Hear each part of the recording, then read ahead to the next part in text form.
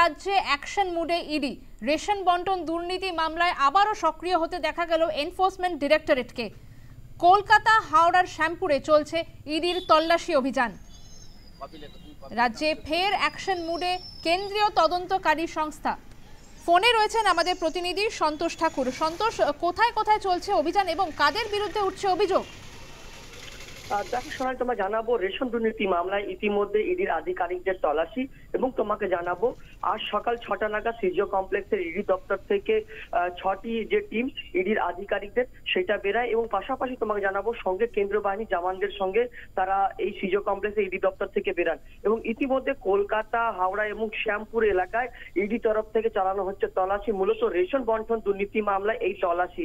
এবং তোমাকে জানাবো শ্যামপুরে একজন ব্যবসায়ীর বাড়িতে ইডির আধিকারিকরা পৌঁছেছেন, সেইখানে তার গোডাউনে পৌঁছেছেন, সেই গোডাউনে গিয়ে সেই গোডাউনটাও তল্লাশি চালাচ্ছেন। পাশাপাশি তোমাকে জানাবো হাওড়া এলাকায় যেখানে একটা কারোবারি ব্যবসায়ী, তার বাড়িতে ইডি আধিকারিকরা পৌঁছেছেন। এবং তোমাকে জানাবো ইতিমধ্যে একজন যে ব্যবসায়ী কৃষ্ণপদ পাল, তার বাড়িতেও ইতিমধ্যে ইডি আধিকারিকরা পৌঁছেছেন এবং তার গোডাউনেও পৌঁছেছেন। যেহেতু তাদের যে কাজ ছিল সেটা ধান এবং এই যে রেশনের যে ধান এবং গম, সেটা তাদের ট্রাকে করে বা গাড়ি করে তারা বিভিন্ন জেলায় নিয়ে যাওয়া এবং বিভিন্ন গোডাউনে নিয়ে যাওয়া, এবং সেই সমস্ত বিষয় পাওয়ার পরই ইডি আধিকারিকরা তারা পৌঁছায় তাদের বাড়িতে, এবং তাদের বাড়িতে গিয়ে তল্লাশি চালানো হচ্ছে। একাধিক কাগজ ডকুমেন্ট তারা খুঁটিয়ে দেখছেন। সেক্ষেত্রে রেশন দুর্নীতি মামলায় ইতিমধ্যেই আমরা জানি কি প্রাক্তন মন্ত্রী জ্যোতিপ্রিয় মল্লিক জামিন পেয়েছেন, এবং তার বিরুদ্ধে একাধিক অভিযোগ ছিল, কোটি কোটি টাকার দুর্নীতির অভিযোগ ছিল।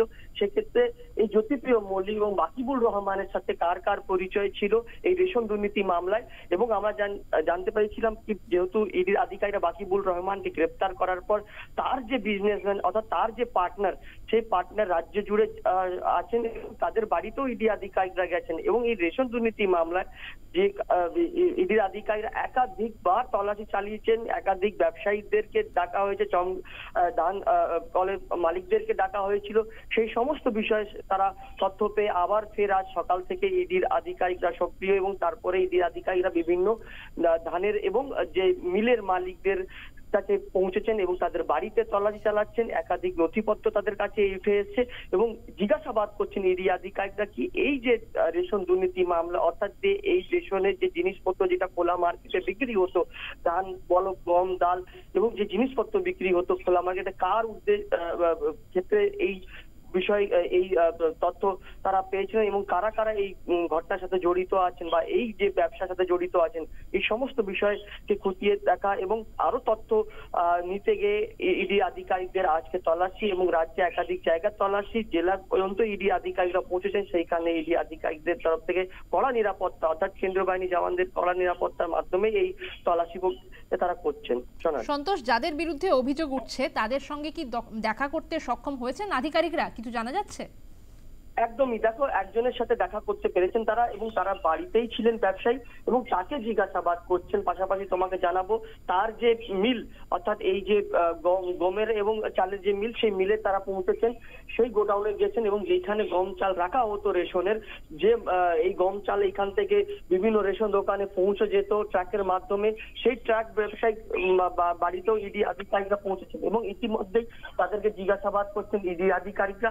এই সমস্ত বিষয় তারা লিখিতভাবে এবং তাদের বয়ান নেওয়া হচ্ছে, এবং যা যা তথ্য পেয়েছিলেন এই ব্যবসায়ীদের বিরুদ্ধে এর আগে যা আমরা জানি বাকিবুল রহমান এবং জ্যোতিপ্রিয় মল্লিক এছাড়া আরো বহু ব্যবসায়ী আছেন যারা এই দুর্নীতির সাথে যুক্ত ছিলেন এবং তাদের এখনো পর্যন্ত জিজ্ঞাসাবাদ করা হয়নি। তাদেরকেও ইতিমধ্যে পৌঁছেছেন তার বাড়িতে, তাকেও জিজ্ঞাসাবাদ করছেন এবং তারা তথ্য নিতে বা ডকুমেন্ট তারা নিচ্ছেন বা তাদের বয়ান নিচ্ছেন, এবং কাদের কাদের মদতে এই চাল গম বা রেশনের যে খোলা বাজারে যে রেশনের জিনিসপত্র বিক্রি হয়ে যেত কাদের মাধ্যমে হতো, এই সমস্ত বিষয় তারা জিজ্ঞাসাবাদ করছেন এবং তাদেরকে জানিয়ে যেটা ইডি সূত্রে খবর কি ইডির আধিকারিকরা এখনো পর্যন্ত যাদেরকে গ্রেপ্তার করেছেন তাদের কাছ থেকে যা যা বয়ান পেয়েছেন তাদেরই বাড়িতে পৌঁছে এবং তাদেরই কাছে গিয়ে তাদের থেকে তথ্য নেওয়া এবং তাদেরকে জিজ্ঞাসাবাদ করছেন ইডির আধিকারিকরা রেশন বন্টন দুর্নীতি মামলায়। শোনান, অনেক ধন্যবাদ তোমাকে সন্তোষ।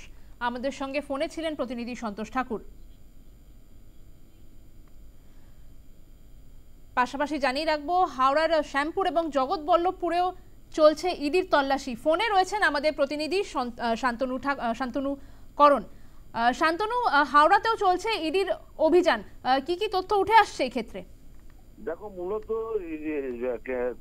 ইডি সূত্রে যেটা জানা যাচ্ছে যে বরগাছিয়া এলাকায় যে সন্তোষপুর, সেই সন্তোষপুর এলাকায় কৃষ্ণপদ মাল, যিনি একজন ধান ব্যবসায়ী, তার বাড়িতে যে হানা, সেটা সেই যে রেশন দুর্নীতি মামলা, তার যে তদন্ত, সেই সূত্র ধরেই ইডির এই হানা। এবং প্রায় 15 থেকে 16 জনের দল, একটি কেন্দ্রীয় তদন্তকারী সংস্থার দল, তা কেন্দ্রীয় বাহিনীকে সঙ্গে নিয়ে এই কৃষ্ণপদ মালের বাড়ি এবং গোডাউন, সেইখান দু জায়গায় হানা দিয়েছে। সকাল 7টা থেকে এই রেড চলছে।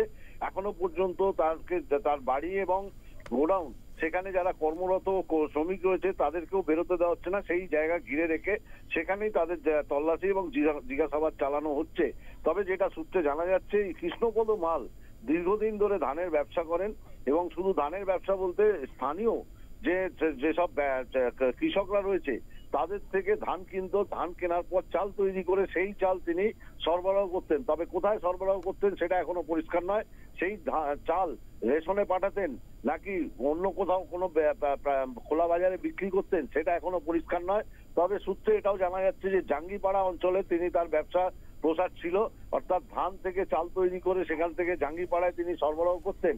এছাড়াও অন্যান্য রেশন দোকানে সেই চাল যেত কিনা, কিংবা অতীতে এই ধানের যে ব্যবসা, অর্থাৎ মান্ডিতে বিক্রির জন্য ফোড়ের যে বিষয়টা ছিল, সেই ফোড়ের হিসাবে যদিও এখনো পর্যন্ত কেউ স্বীকার করছেন না যে তিনি ফোড়ের ভূমিকা পালন করতেন, তবে ফোড়ের কিন্তু বরগাছিয়া অঞ্চলে ফোড়ের একটা রমরমা ব্যাপার ছিল চিরকালই। এবং সেখানে ধান থেকে, যেহেতু কৃষকরা সস্তায় ধান কিনে কৃষি ঋণ নিয়ে ধান বিক্রি করতে গেলে তাদের অসুবিধা হতো, অর্থাৎ ঋণ শোধের যে বিষয়টা তাদের মাথায় থাকতো, তাই তড়িঘড়ি কোন রকমের সস্তায় ধান বিক্রি করে দিত এবং সেই সুযোগটা ফোড়েরা নিত, এবং ফোড়েরা সেই ধান সস্তায় কিনে পরবর্তীতে চড়া দামে বিক্রি করতো, মান্ডিতে দিত ইত্যাদি।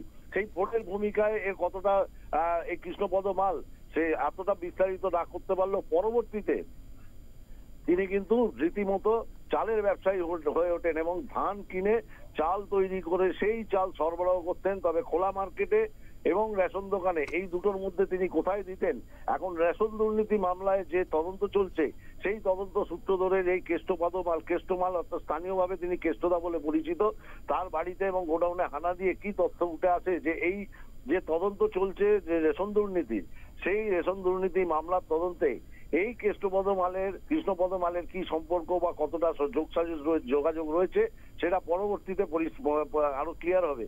এবং এছাড়াও শ্যামপুর ব্লকের সোসাইটি এলাকাতেও একইভাবে একজন ব্যবসায়ীর বাড়িতে ইডির একটি দল হানা দিয়েছে, সেখানেও সকাল থেকেই তল্লাশি চলছে। অর্থাৎ হাওড়ার দু জায়গায় এই তল্লাশি চলছে। তবে সূত্রে যেটা জানা যাচ্ছে যে রেশন দুর্নীতি মামলা, সেই মামলার তদন্তে গিয়েই কিন্তু এই রেড এবং এই হানার পরে কৃষ্ণপদ মালের যে পরিচয় উঠে আসছে, যদিও স্থানীয় সূত্রে জানা যাচ্ছে কৃষ্ণপদ মাল একসময় বাম সংগঠনের সঙ্গে যুক্ত ছিল, একসময় পার্টি সদস্যও ছিল। পার্টি সূত্র থেকে জানানো হচ্ছে এখন তিনি তার সদস্য পদ নেই, এমনটাই পার্টির পক্ষ থেকে জানানো হয়েছে। তবে তিনি এখন ব্যবসায়ী হিসেবেই পরিচিত তাদের কাছে, অর্থাৎ পার্টির কাছে তিনি একজন ব্যবসায়ী হিসেবেই পরিচিত। স্বর্ণালী, অনেক ধন্যবাদ তোমাকে শান্তনু। আমাদের সঙ্গে ফোনে ছিলেন হাওড়ার প্রতিনিধি শান্তনু করণ।